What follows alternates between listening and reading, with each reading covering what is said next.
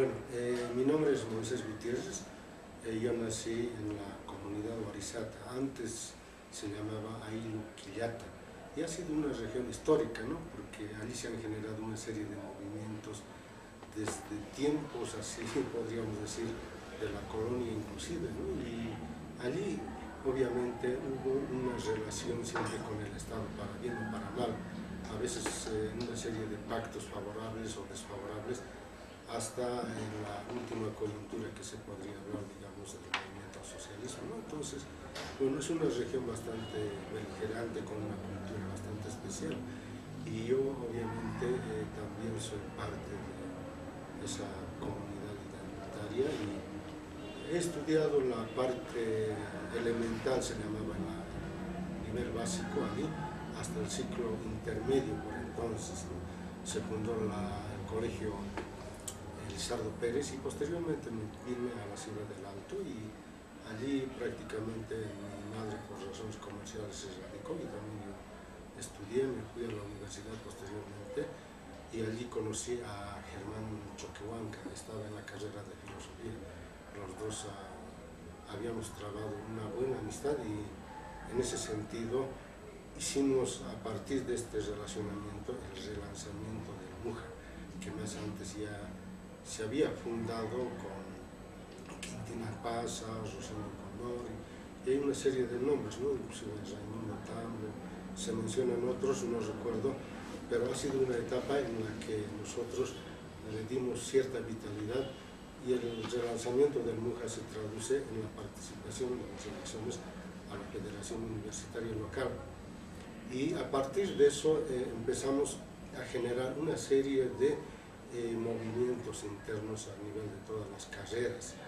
No solamente hacíamos nosotros política, sino también en el ámbito cultural desarrollábamos algunas publicaciones, y como era una etapa bastante especial, también ya saliendo de las dictaduras militares, entonces ha habido una serie de confluencias interesantes en esa circunstancia histórica.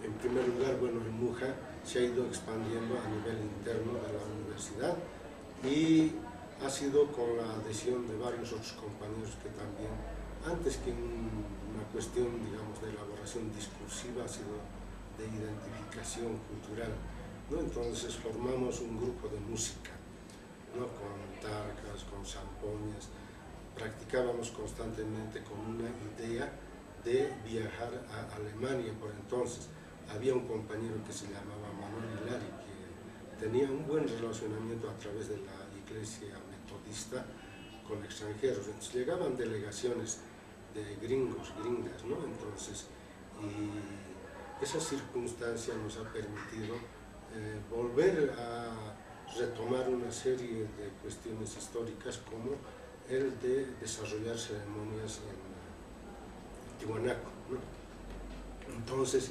íbamos a Tiwanaku a celebrar una serie de rituales, ¿no? Pero a partir de este intercambio que se tenía de una serie de testimonios históricos referidos a nuestros antepasados, hablamos de Tupac Katari, las luchas anticoloniales que se habían desarrollado, entonces consideramos que Tiwanaku es un centro ceremonial muy importante. Entonces, practicando música, ¿no? Y claro, nunca llegamos a Alemania, porque mandar una prueba, otra prueba, y tampoco había una perseverancia en todos los integrantes del grupo. Entonces ha servido de todas maneras la música para poder unirnos, y también aquí había en la universidad una serie de becas, y en el jardín a mediodía nos reuníamos, ¿no? Ahí podría mencionar varias personas, obviamente ahí estaba Simonia Ampara, Sebastián Mamani, Germán Choquehuanca, Marta Orozco, ¿no? Que anteriormente había militado en el trotskismo. Nosotros hemos convertido a varios trotskistas al indianismo y al catarismo, y en ese sentido, al hablar de temas históricos, habíamos considerado en una ocasión si los judíos tienen, digamos, su año nuevo llamado, su año nuevo, mejor dicho, judío, perdón, y los chinos también tienen su año nuevo, y nosotros como aymaras también tenemos que tener un año nuevo, y de hecho, digamos, había esa celebración, debería haber esa celebración. Entonces, a partir de eso es que en el mes de junio empezamos a desarrollar una ceremonia en Tiwanaku. Había convergido una serie de factores interesantes. Estaba la formación de lo que se llama el Consejo Indio de Sudamérica, ¿no? Entonces habían llegado delegaciones de norte de Europa, los samis, ¿no? Entonces habían varios samis, y también habían llegado delegaciones de Argentina, de Perú, y yo recuerdo que habían personalidades interesantes, y con ellos más empezamos a desarrollar eso de el año nuevo.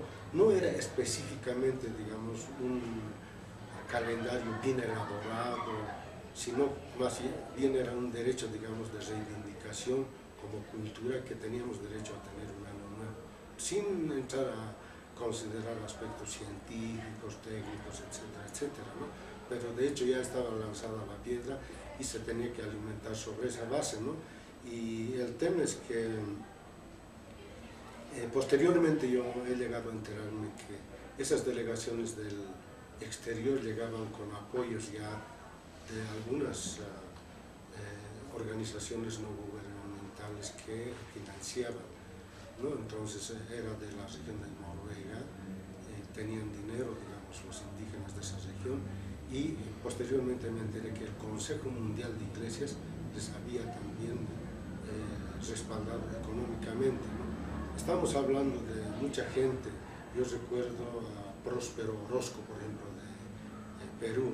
Había un argentino, no me viene a la memoria en este momento, después inclusive Aureliano Turco, claro, también estuvo en alguna de esas ocasiones. Después, bueno, delegaciones habían de todas partes, ¿no? Entonces nos reuníamos, eran reuniones de confraternidad, de abrazos, de intercambio, de experiencias, pero posteriormente, a partir de esa especie de fecha fundacional, es que se realiza lo que se llama esa fundación del CISA en Ollantaytambo. Para entonces ya, claro, Sebastián Mamani, inclusive Constantino Lima, si no me equivoco, muchos militantes del MITCA ya se fueron en delegaciones, ¿no? Yo no pude ir en esa ocasión, pero ya había un movimiento a nivel internacional, y yo creo que posteriormente, como se necesitaba el concurso de la gente del lugar de Tiwanaku mismo, entonces para el tema ceremonial obviamente yo no conocía, y estaba Rufino Paxi, ¿no? Pero como ya ha sido bastante recurrente año tras año, no solamente lo han ido digamos, dando cuerpo las organizaciones culturales, sino también las autoridades locales y también algunas empresas turísticas, y yo creo que ha empezado a ganar terreno y se ha ido dando un cuerpo más ideológico, y esa es una especie de génesis, digamos, de la que podría hablarse del año nuevo aymara, ¿no? Hay varios nombres en el grupo de música, ¿no? Estaba recordando a Zenobio Quispe, había Samuel Mamani, había un muchacho así de medicina, estaba de aquí de Ciencias Puras, Moisés Cañaconde, bueno, muchos de ellos, ¿no? Hacíamos música y era bastante bueno, y una etapa realmente, yo creo que ha sido importante en cuanto a generar, digamos, símbolos como la Upala. Bueno, Germania ha tomado ese rumbo porque de filosofía se pasó a historia, ¿no? Había una serie de requisitos bastante fuertes en la carrera de filosofía. Si no se aprobaba una materia en 3 ocasiones, tenían que cambiar de carrera. Entonces así que Germán se va a historia, y en historia le ha ido bastante bien, y allí empezó a desarrollar la temática, digamos, de la Upala, ¿no? Y claro, el MUJA también empezó a cobrar cierta vitalidad, pero al interior de la universidad obviamente éramos totalmente marginales, ¿no? Marginales en el sentido de que mucha gente vivía con esa cuestión de la alienación, ¿no? Era una vergüenza reconocerse a sí mismo como aymaras, ¿no? Sabiendo hablar aymara, mucha gente de origen aymara no hablaba, entonces era una etapa bastante hostil, bastante adversa en la cuestión, digamos así, de simpatías políticas, ¿no? Toditos estaban a la moda era, bueno, que el marxismo era ciencia y, bueno, lo demás era, digamos, pura mitología, ¿no? Entonces, ese ha sido el ambiente que podría describirle, ¿no? En cuanto a lo que podría ser los inicios de la generación de la nueva edad.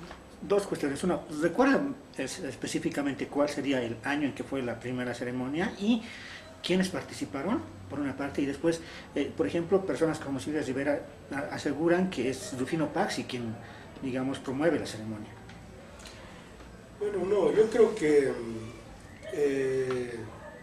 esta idea a fuerza del año nuevo se ha generado obviamente en ámbitos universitarios. No ha sido, digamos, allí mismo en Tiwanaku, ¿no? Rufino Paxi era obviamente el que era especialista en realizar ceremonias, ¿no? Entonces le ha dado su toque ceremonial, obviamente, ¿no? Posteriormente, bueno, yo creo que, como decía anteriormente, por una serie de influencias, ¿no? O sea, su sobrina, que es Andrea Flores, tiene una organización que se llama la Organización de Mujeres Aymaras del Collasuyo. Ese nombre también, Ramiro Reinaga, en alguna medida ha sido el autor, ¿no? Entonces, a partir de ese nombre se han ido desarrollando, bueno, ¿qué significaba eso, no? Y un poco al tío que viene a ser Rufino Paxi, un poco a la fuerza de las circunstancias, le han ido haciendo dar más, ¿qué se llama?, cierto ornamento, cierta solemnidad a los ritos, ¿no? A la ceremonia. Entonces, en ese sentido se puede hablar, digamos, de aporte de Rufino Paxi, pero no así la iniciativa. La iniciativa ha sido, digamos, de índole universitaria. La gente universitaria de origen aymara es la que prácticamente ha desarrollado eso. Estaríamos hablando desde los años 79, 80, 81. No se frecuentaba ya, obviamente, Tiwanaku. Como que también la universidad ha sido bien fundamental, por ejemplo, en recuperar la sede de la Federación Departamental Tupac Katari, ¿no? Que está en la calle Bartolina Sisa. Nosotros hemos sido los primeros en enfrentar, por ejemplo, a los paramilitares, a Osco, que era del Pacto Militar Campesino. Después de que nosotros fuimos, yo recuerdo siempre ese pasaje, no se me borra, a Marta Orozco le encañonó Osco con un revólver. Yo pensé que iba a dispararle, ¿no? Pero una vez que habíamos logrado llegar allí los universitarios, entonces es así que ahí se produce una estampida de los paramilitares, los llamamos, ¿no?, a los de la federación, a los que eran de la Federación Tupac Katari, ¿no? Yo recuerdo a Constantino Quijo, uno de los que se llaman matones, ¿no? Daniel Rojas, Luciano Chiara, Estanislao Poma, eran prácticamente la gente bien valerosa de la región de Masuyos, y ellos eran bastante entradores, ¿no? Con los paramilitares de jeep a jeep en alguna ocasión se balearon, ¿no? Entonces, claro, posteriormente ellos han venido y son etapas históricas bastante duras de pelea antes que un desarrollo discursivo, como decía al inicio. Entonces, ¿podría decir usted, ya para cerrar, que el Año Nuevo Aymara es una iniciativa de jóvenes aymaras universitarios en función de afirmar su identidad? Así es, exacto. Yo creo que es la precisión. Entrevista. La definición. Bueno, no sé si alguien te hace alguna... Bueno, don Moisés, ahí.